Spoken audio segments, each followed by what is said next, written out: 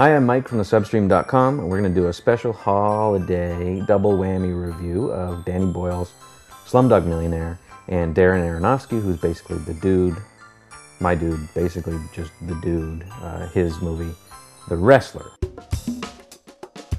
Slumdog Millionaire tells the story of Jamal Malik, a street kid slumdog from the streets of Mumbai who manages to compete for the top prize on the Indian version of Who Wants to Be a Millionaire, or as it's referred to in the show, Who Wants to Be a Millionaire. The film opens with him being tortured by a couple of corrupt cops in a Mumbai police station because he's answered 14 out of 15 or 12 out of 13 or whatever. Anyways, he's got one question left for the big prize the next day on the show, and they're kind of convinced that he's a cheat because how could this poor kid who's literally had no education or next to no education and has been an orphan since the age of 5, how could he know the answers to these incredibly difficult trivia questions? The film uses this setup to kind of tease out the story of his life and his journey through the really kind of gross underworld of Mumbai's poor population. Jamal is given the answers to all of these questions through a series of sometimes unfortunate,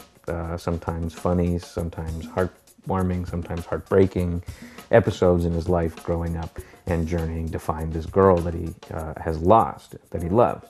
And it's really brilliant. Simple, but really clever, and it's an absolute riot and a joy to watch from start to finish. It's full of color and life and sound, and it's really technically handled with an absolute huge level of panache and skill by Danny Boyle, who's a really good filmmaker.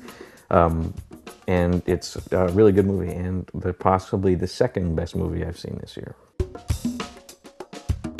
The second film I wanted to talk about today is The Wrestler, as I mentioned, by Darren Aronofsky, which stars Mickey Rourke as Randy the Ram Robinson, who is a once famous pro wrestler who's now kind of struggling to deal with the twilight of his career.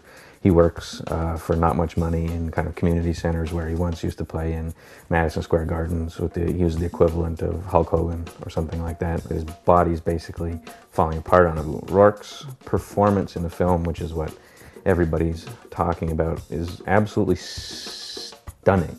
It's kind of hard to believe as you're watching it that you're actually watching Mickey Rourke, this guy who kind of apparently had all this promise and apparently threw flush it all down the toilet and once quit acting to just become a boxer.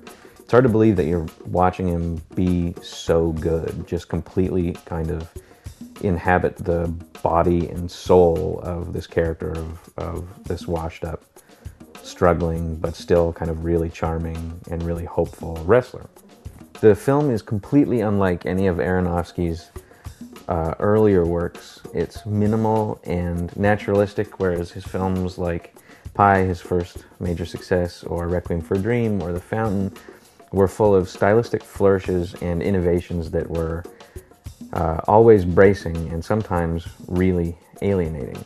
This film instead is calm and hopeful, and if it's close to anything, it's close to the work of guys like Ken Loach or Mike Leigh, social realist stuff, except focusing on the weird world of semi-pro community center town hall wrestling and strippers. It's a story that's full of hope and the hope of redemption, and it never once seems fake or artificial, and it's an absolute masterpiece, and that's all down to the performances of Mickey Rourke and Marissa Tomei as his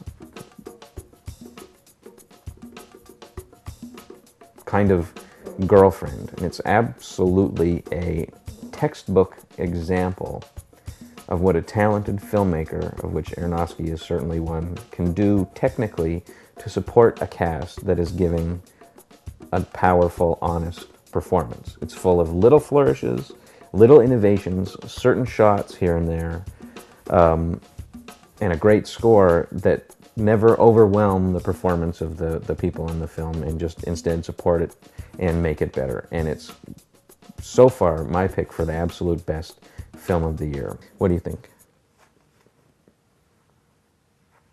He likes my crotch. I'm going to give The Wrestler a 9.4. And Slumdog Millionaire came very close, and I'm going to give it an 8. 8. So thanks for watching. The year's not over yet, of course. There's a bunch of movies to come. We'll be back with reviews of The Spirit, which is going to be, it's going to be awful. Yeah. You gotta keep an open mind, though. It might be amazing. It won't be amazing. It might be better than The Wrestler. It won't be better than The Wrestler, right? You idiot.